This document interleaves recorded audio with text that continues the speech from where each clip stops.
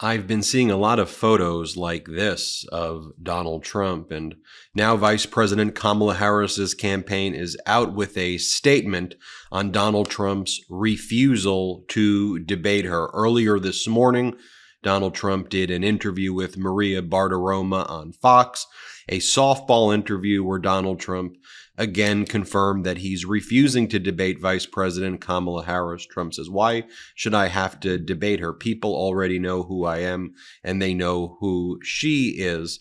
Donald Trump, very, very cowardly indeed. Here's the statement from Vice President Kamala Harris's campaign. Quote, "Donald Trump needs to man up. He's got no problem spreading lies and hateful garbage at his rallies or in interviews with right-wing commentators, but he's apparently too scared to do it standing across the stage from the Vice President of the United States. Since he talks the talk, he should walk the walk, and as Vice President Harris said earlier this week, say it to her face on September 10th. She'll be there waiting to see if he'll show up." Vice President Kamala Harris taunting Donald Trump and confirming she will be at the ABC debate that was previously scheduled for September 10th. Donald Trump, if you're not going to show up, Vice President Kamala Harris will debate an empty podium, and she will tell the nation what a coward you are. Here was the moment at Vice President Kamala Harris's recent speech that she gave in Atlanta, Georgia, where she said to Donald Trump, "Look, if you want to say these things, if you're going to go around and insult me and behave like the petulant third grader that you are, no offense to third graders, say it to my face, or are you too scared?" Here's what Vice President Kamala Harris said. Play the clip. So the momentum in this race is shifting. And there are signs that Donald Trump is feeling it. You may have noticed. So last week, you may have seen, he pulled out of the debate in September he had previously agreed to.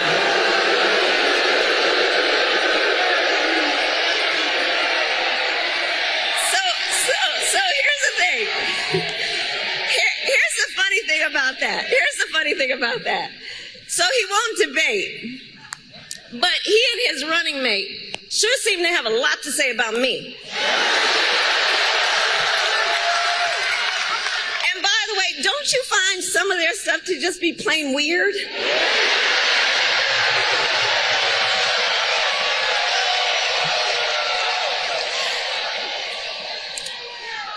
Well, Donald,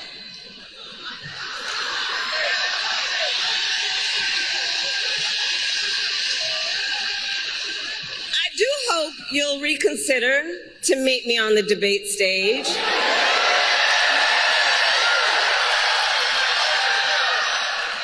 Because as the saying goes, if you've got something to say, say it to my face.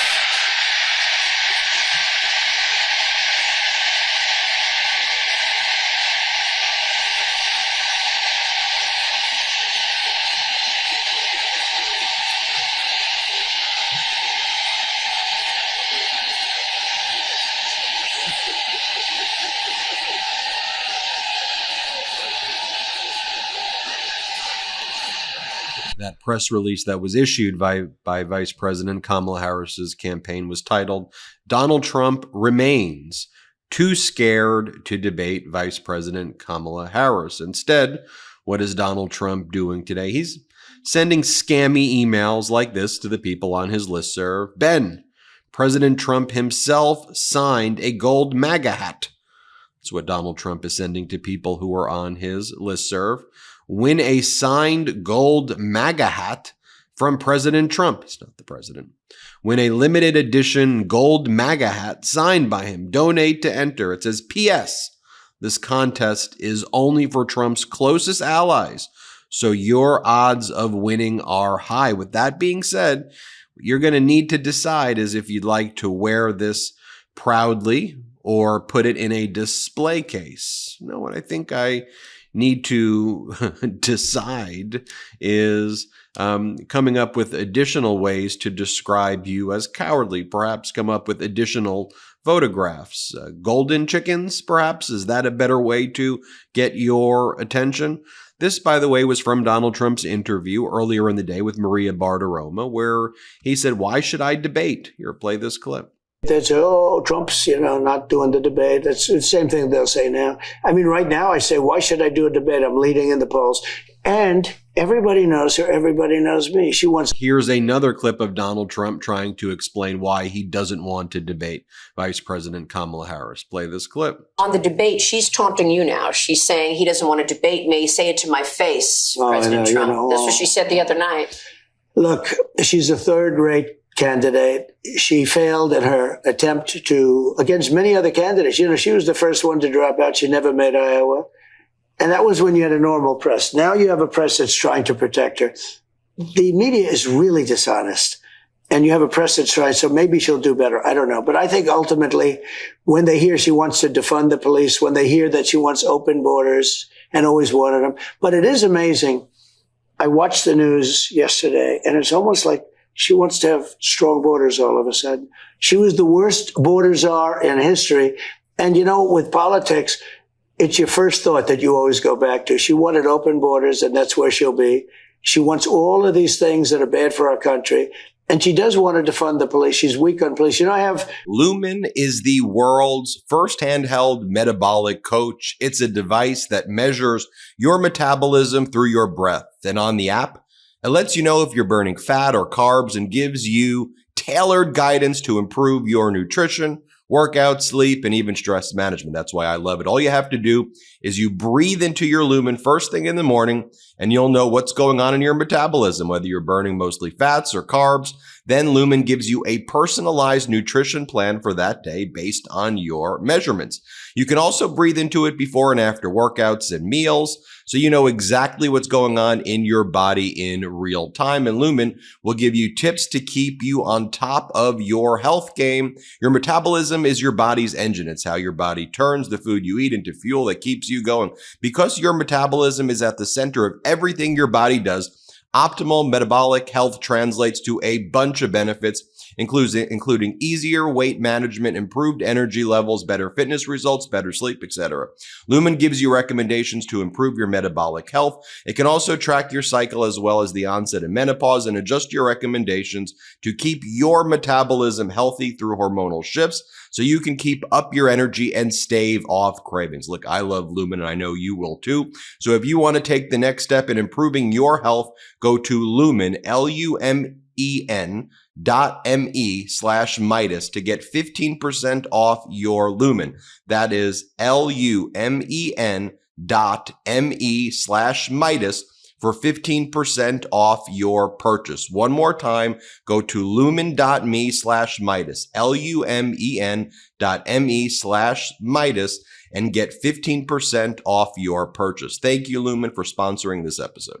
Then you have Governor Josh Shapiro from the Commonwealth of Pennsylvania. He called Donald Trump out earlier today. Many suspect Governor Shapiro's on the short list of potential VP picks for Vice President Kamala Harris. Here's what Governor Shapiro had to say about Donald Trump's cowardice. Play this clip. Governor, I want to ask you about President Trump's comments. We're here at a very historically important HBCU, and the presumptive Democratic presidential nominee, Kamala Harris, attended, of course, an HBCU Howard, too. That's right. As we stand here, what do you make of President Trump's attacks on her identity? He said, in his words, she only recently, quote, became black. Yeah, I think it's offensive. And it is more of the same from Donald Trump. He attacks other people based on what they look like or who they pray to, who they love, the way they were raised. He tries to divide Americans because, quite frankly, he struggles with uplifting all Americans. I think it shows a profound weakness in a leader when they can't sell themselves, but instead they got to attack other people. And attacking the identity of the vice president is shameful. And attacking the identity of the vice president doesn't at all reflect negatively on Vice President Harris, but shows a real insecurity about Donald Trump. Listen, This guy is nervous as hell to face Kamala Harris. He's already trying to back out of the debate. Did you notice that? Part of that is because he knows she's going to whoop him in the debate. She is a skilled prosecutor, a great communicator. But there's another reason why he doesn't really want to debate her and doesn't really want to have a conversation about the issues. And that is because he can't defend his record. He has a record of failure when he was president. I want you to think about this. When he was president, we had fewer jobs in Pennsylvania. We had less freedom and a whole lot more chaos when Donald Trump was in charge. And listen, Kamala Harris, what she proposes to do for this nation is uplifting. It is empowering.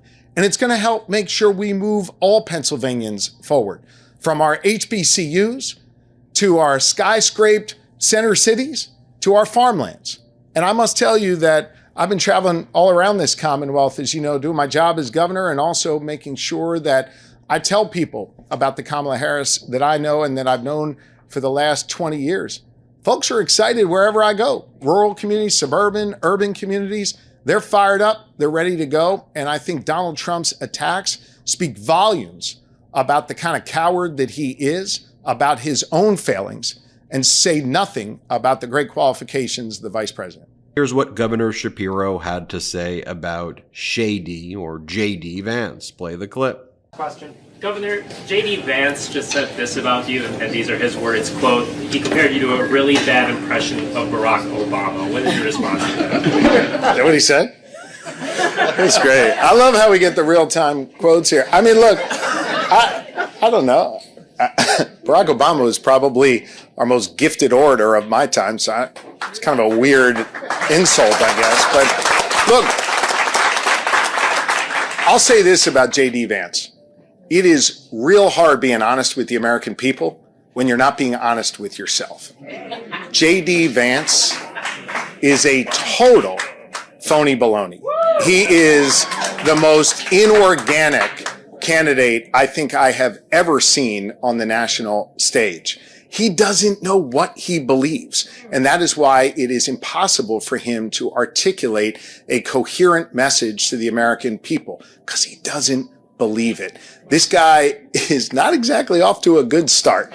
And it is clear that Donald Trump really has buyer's remorse with his pick.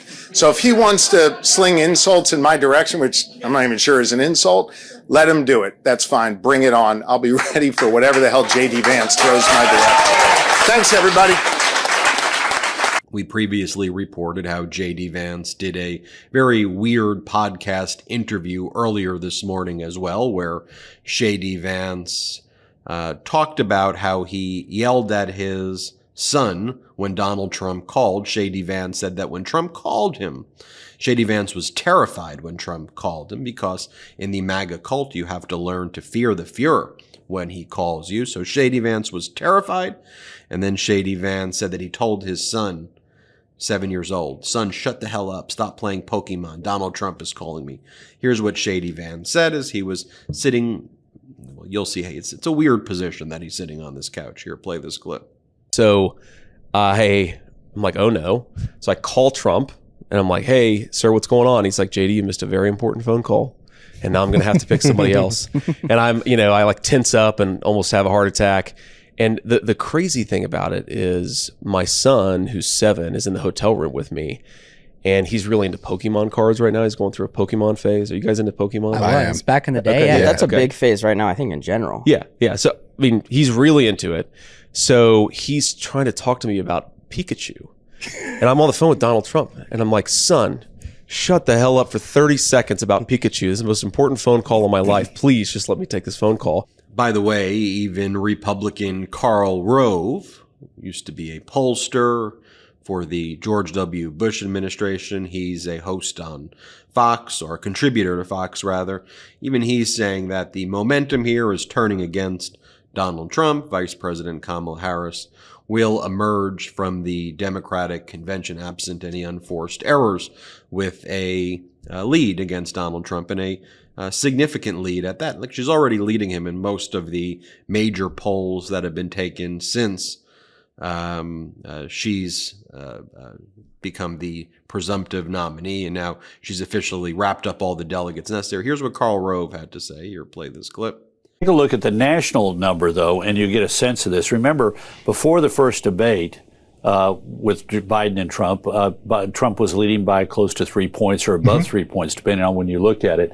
Trump today in the Real Clear Politics average is leading by 1.2%, 1.2 points. There's an outlier in there, the poll that gives him a 5-point lead. Without that outlier, he's leading by less than 1%, 0.8. In fact, if you look at it, there were 5 polls in the Real Clear Politics average that occurred before the 25th of July. Trump leads in all 5 of those. Of the 5 polls that have been held since the 26th of July, he leads in only 2. She leads in 3. So I fully expect that the momentum she has is going to carry her through, unless it's a disastrous vice presidential choice. This momentum is going to leave her in the lead at the end of the Democratic convention. Well, remember. And look, I understand that Donald Trump doesn't want to debate. I understand how cowardly he is, but I do think Americans deserve to see the contrast. On the one hand, Vice President Kamala Harris talking about issues and talking about things that matter to the American people, like this. You may have seen their agenda.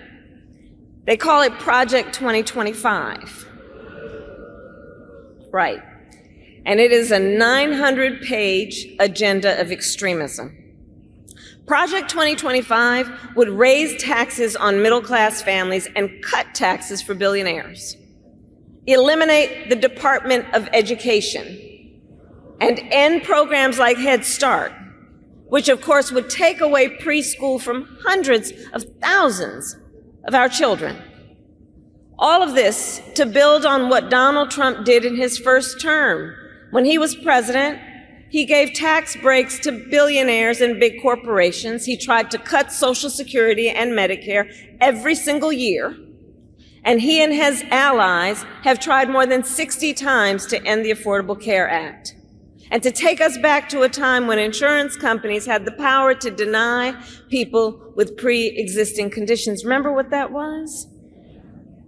Denying children with asthma, breast cancer survivors, grandparents with diabetes.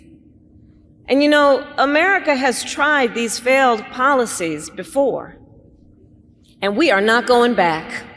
We are not going back. We all here remember what those 4 years were like. And today, we were given yet another reminder. And then you can contrast that to the types of things that Donald Trump's been saying at his traveling fascist circus events that we've been covering here at the MeidasTouch Network. We've been covering it every year. If you've been watching the MeidasTouch every day of the last 3-4 years, covering every one of these incidents. We've been clipping them. We've been showing you what he says, like this, where Donald Trump spoke in front of the young Republicans who are high school and college students who are Republican. And Donald Trump says to the young Republicans, the kids, the Gen Z, Donald Trump says, you know how I'm courageous, Donald Trump says? Trump says the most courageous thing he did is when he referred to sexually assaulting women as locker room talk. And he said a general praised him for doing that. That's how Donald Trump is speaking to the youth. Here, play this clip. But I went onto that stage just a few days later, and a general who's a fantastic general actually said to me, sir, I've been on the battlefield. Men have gone down on my left and on my right. I stood on hills where soldiers were killed. But I believe the bravest thing I've ever seen was the night you went onto that stage with Hillary Clinton after what happened.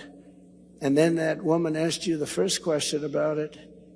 And I said, locker room talk. It's locker room talk. What the hell? What are you talking? Locker room talk. That was not a great. Or perhaps when Donald Trump, if he ever debates, although he's too cowardly to, he will say this, where he, at a high school in Iowa, decided that he was going to talk about, at a high school, about hookers and golden showers. He made that part of his speech. Here, play this clip. He was with 4 hookers. You think that was good that night to go up and tell my wife, it's not true, darling, I love you very much? It's not true. Actually, that one she didn't believe because she said he's a germaphobe. He's not into that, you know? He's not into golden showers, as they say they call that. He's not. I don't like that idea. No, I didn't. I thought that would be a big problem. I was going to have a rough night, but that one she was very good on. She said, no. So debate Donald or be called a coward every single day as Vice President Kamala Harris's campaign will taunt you and call you out.